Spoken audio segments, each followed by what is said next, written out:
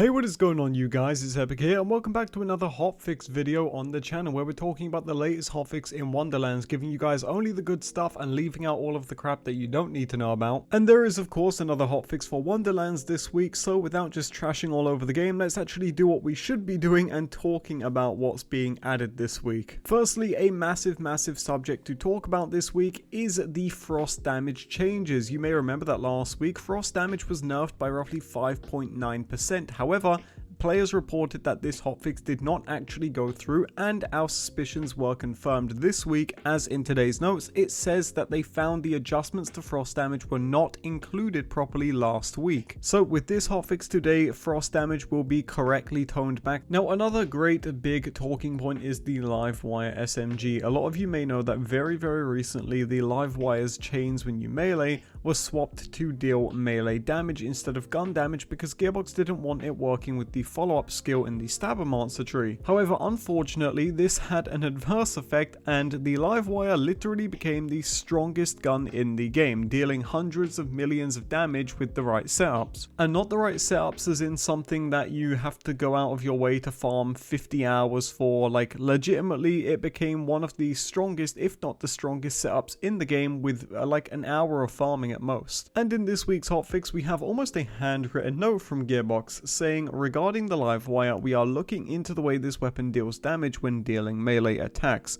For context, the Livewire takes the damage of outgoing melee hits and scales it by your remaining max ammo. This is a bit arcane and, more importantly, difficult to balance. We want the weapon to be strong, but it should be doing a balanced amount of damage based on its item level, rather than using the melee hit itself. The intention would be that faster melee weapons are also a desirable choice, not just the hardest hitting ones. Unfortunately, we cannot hotfix this issue, and it will have to be added in a future update. So there are two things to talk about here. Firstly, the Livewire is safe for now, but secondly, when they finally do get around to changing it, it sounds like here in this little paragraph they've wrote out that the Livewire is basically going to be getting neutered. Now, this could just be me going way too far and jumping the gun, but with them saying that they still want faster melee weapons to be stronger than the Livewire, I really think that it's not long before the Livewire basically becomes near useless for melee builds. And I honestly feel kind of mixed on this, because on one hand, I do want the Livewire to be nerfed because it is a massive problem, and again, let me repeat this for those of you in the back, nerfs in a PvE game are a great thing that allow for better balance. But on the other hand, I also don't want to see them nerf the Livewire if it means that we're going to be left with less options in melee as a whole, because again, just nerfing this doesn't suddenly make other melee weapons good. They're gonna need to show them some love too. But here's hoping Gearbox knows what they're doing and actually takes control of the reins. Now, moving into the better, more sweet part of this hotfix, we've got a ton of SMG buffs. Firstly, the Blazing Volley has had its damage scaling increased by 15.4%, and additionally, it can now roll with barrel mod parts. This does not affect current versions of the weapon, so you will need to refarm these to get those barrel mod parts, though I wouldn't say it's essential. Next up, the Wizard's Pipe damage scaling has been increased by 57.5%. A massive buff there. I don't know how to feel about that one, but we'll see how it plays out. The Shadowfire's damage scaling has been increased from 1.2 to 1.5,